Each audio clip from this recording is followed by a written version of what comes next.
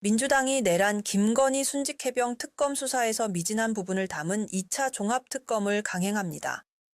15일 열린 국회 본회의에서 2차 종합특검법이 상정됐습니다. 2차 종합특검을 지방선거용 내란몰이라며 반발하는 국민의힘과 개혁신당은 필리버스터로 맞대응에 나섰습니다. 다만 민주당과 조국혁신당 등 범여권이 다수 의석을 차지한 만큼 2차 종합특검법은 16일 본회의 통과 절차를 밟을 전망입니다. 2차 종합특검의 핵심은 윤석열 씨의 부인 김건희 씨를 타깃으로 한다는 겁니다. 김 씨는 영부인 신분을 이용해 고가의 금품을 수수하고 실질적인 권한을 행사한 의혹을 받고 있습니다. 2차 종합특검법에 명시된 17가지 수사 대상 중 6가지는 김건희 특검과 관련된 내용입니다. 공천 개입을 비롯해 대통령 관저 이전, 양평 고속도로 노선 변경 관여 등이 있습니다.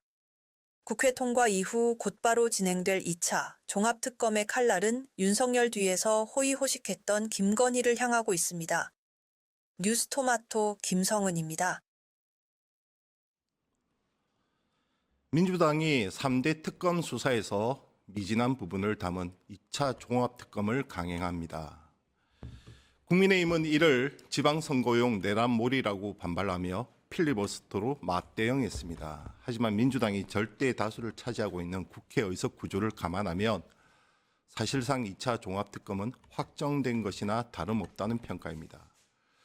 특히 2차 종합특검에서는 미진했던 김건희 씨 의혹에 대해 수사가 집중될 것으로 보이는데요.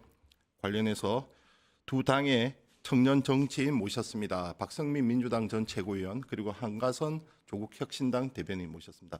안녕하세요. 안녕하십니까. 자, 어제 새해 첫 본회의였죠. 자, 필리버스터까지 했는데 어제 과정 어느 분께서 설명을 좀 해주시겠습니까? 그러니까 이제 민주당이 공언을 했었어요. 네. 이전부터 2차 종합특검법과 이 통일교특검법 통과시키겠다라고 공언을 했었는데 지금 이제 국민의힘 입장에서는 이 2차 종합특검법에 대해서 전혀 동의를 할 수가 없고, 그러니까 뭐 지금 천하람 원내대표 같은 경우에는 개혁신당이잖아요. 네네. 근데 이번에 개혁신당과 이 국민의힘이 정치적 연대를 본격화하는 움직임을 보이면서 네네. 필리버스터 공조를 하는 일을 보였습니다. 그렇죠. 놀랐습니다. 네, 놀랐습니다. 저도. 국민의힘이 주도한 필리버스터에 이 개혁신당이 참여한 건 처음이거든요. 네네. 그래서 이렇게 참여를 했는데 사실 아시겠지만 이 2차 종합특검법에 대한 필요성은 뭐 앞서 변호사님도 다뤄주셨지만 뭐 양평 고속도로 특혜 의혹이라든지 김건희 씨와 관련된 의혹이라든지 아니면 뭐 임성근 전 사단장에 대한 구명 로비 의혹이라든지 네. 여전히 3대 특검에서 밝혀지지 못한 내용들에 대한 진상규명이 필요하다라는 네네. 차원에서 추진이 되고 있는 것인데 이것을 그 야당 측에서는 지방선거용이다, 뭐 혹은 부관참시법이다라고 얘기를 하면서 필리버스터를 했죠. 하지만 민주당은 이제 어제 오후 3시 반경에 필리버스터 종결 동의서를 제출을 했고 네네. 이게 24시간이 지나게 되면 찬성으로 종결이 됩니다. 그래서 네네. 아마 오늘 오후 중에는 법안 처리가 가능할 것으로 보입니다. 자, 2차 종합특검에 대한 조국혁신당의 입장은 무엇입니까? 일단은 1차 때 하지 못했던, 다 다루지 못했던 게 너무 많기 때문에 그거를 이제 다 다뤄야 된다, 다 필요하다라는 게 당연한 입장이고요.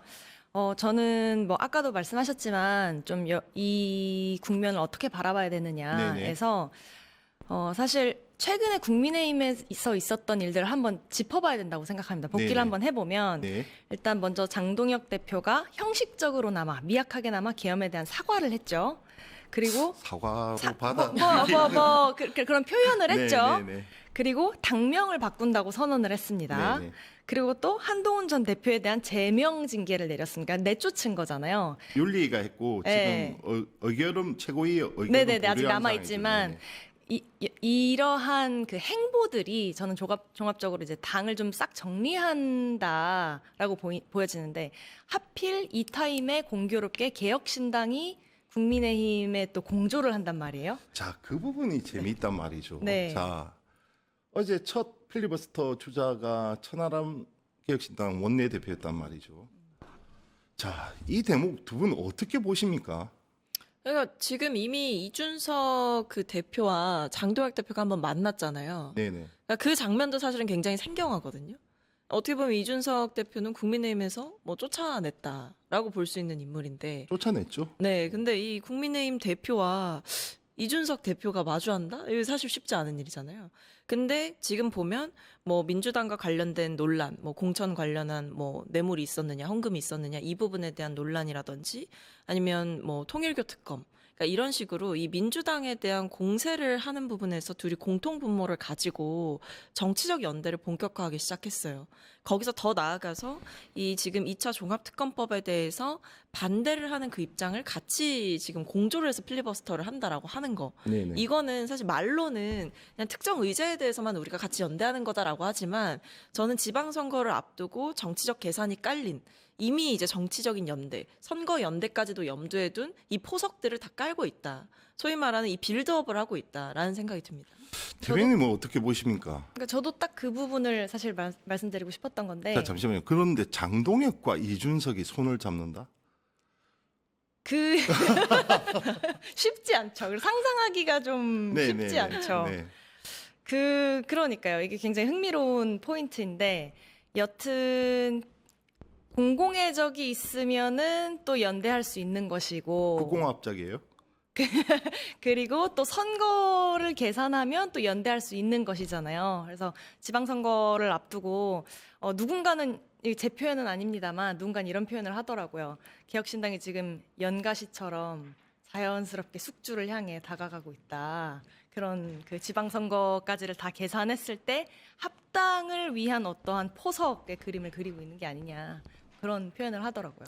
자, 그럼 두 분한테 공통 질문. 지방선거 연대까지 이어질 것으로 보십니까?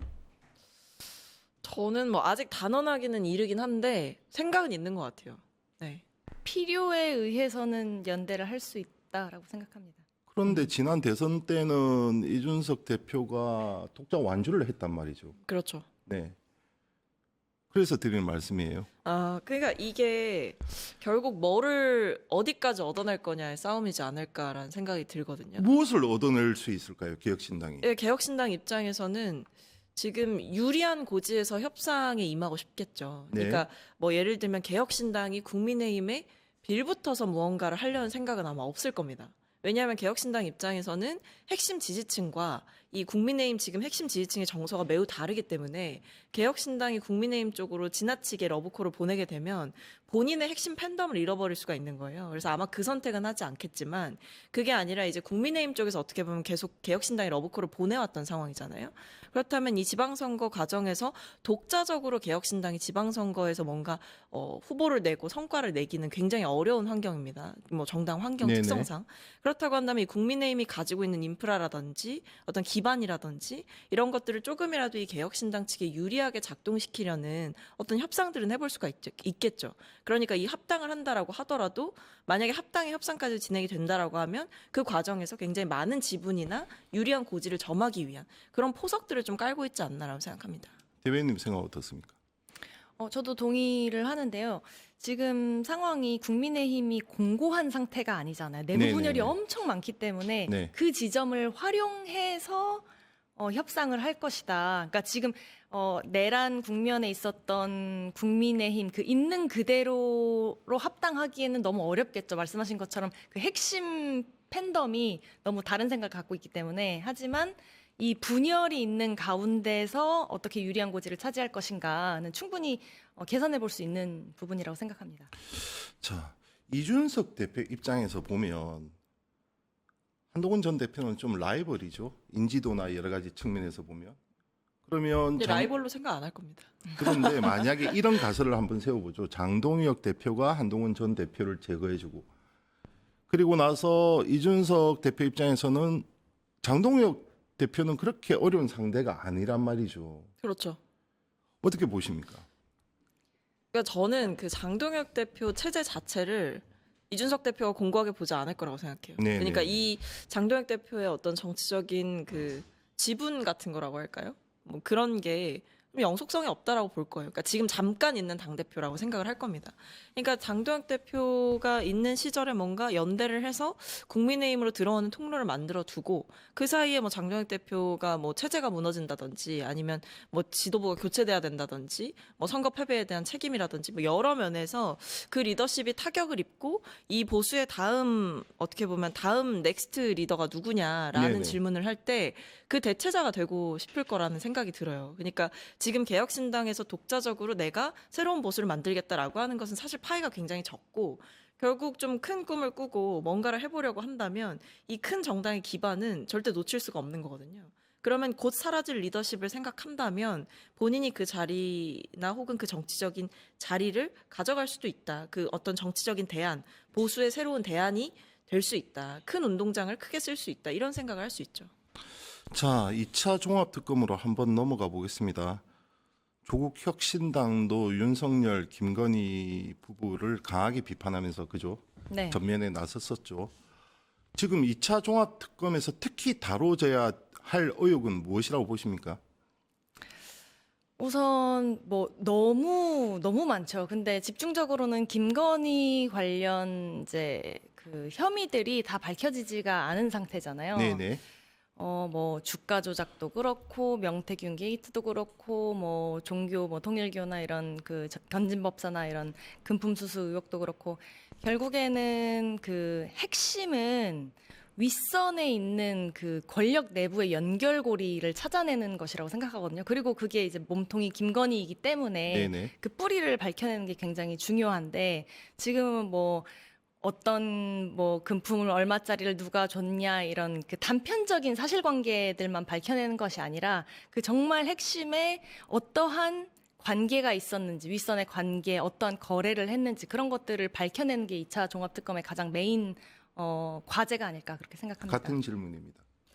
핵심은 그 양평 고속도로 종점 변경 의혹이라든지 아니면 관저 이전 특혜 의혹이라든지 뭐 여러 개가 될 수 있을 것 같아요. 그러니까 결국 앞서 이제 윗선이라는 언급을 해주셨지만 이게 보면 양평 고속도로 종점 변경 의혹 같은 경우에도 뭐 특검이 뭐 제대로 된 검증이나 분석 없이 노선을 변경하게 했다라는 혐의로 이 국토부 서기관까지는 기소를 하긴 했어요. 네네. 근데 이 서기관에게 그럼 이런 일을 누가 지시했느냐는 밝혀내지 못한 거거든요. 네네. 그리고 이 관저공사 뭐 이전 특혜 의혹 같은 경우도 이 김건희 씨와 관련이 있는 업체가 특혜를 받았다.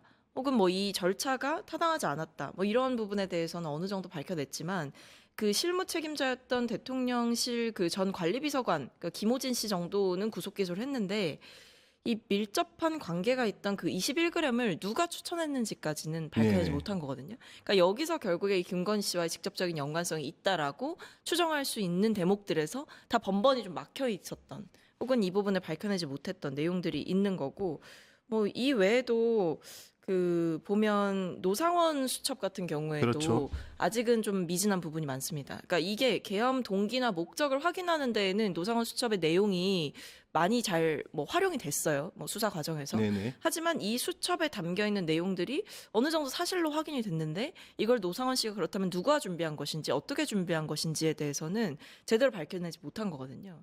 그래서 이 부분에 대해서도 추가 수사가 필요하고, 그러니까 이런 뭐 김건희 씨와 관련된 명태균 씨 관련된 의혹뿐만 아니라 뭐 내란 특검에서도 여전히 밝혀내야 됐던 부분이 있고, 뭐 최혜병 특검에서도 구명로비 사건 임성근 전 사단장에 대해서 이런 내용들은 좀 미진했기 때문에 저는 2차 종합특검이 반드시 필요하다 이렇게 보입니다. 자, 대변인님. 네.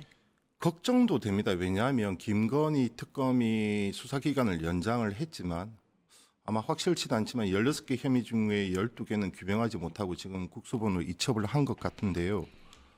그러면 또다시 특검이 출범을 한다고 해도 과연 이 혐의들을 정확하게 밝혀낼 수 있을 것이냐 좀 걱정도 됩니다. 그렇죠.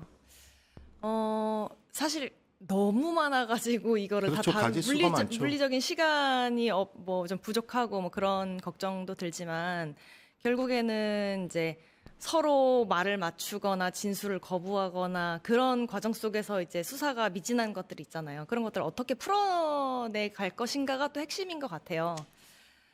그런데 사실 뭐 수사가 계속 진행이 되고 길어지면은 저는 한두 사람의 진술만 이제 조금씩 터져 나와도 이게 스모킹 건이 되어서 나중에 본물처럼 이렇게 터져 나올 수도 있다고 생각을 합니다.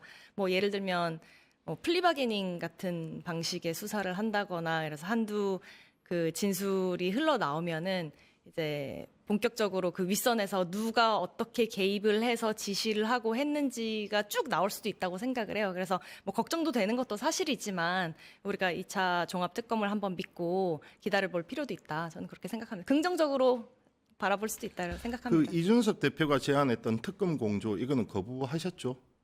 어떤 특검 공조. 그 개혁신당과 네, 개혁신당 그리고 맞죠? 네, 국민의힘 그리고 저 조국혁신당 이렇게 특검을 네, 그럼요. 그거는 뭐 말이 안 되죠. 알겠습니다. 지금까지 박성민 민주당 전 최고위원, 한가선 조국혁신당 대변인과 함께했습니다. 두 분 감사합니다. 감사합니다. 감사합니다. 네.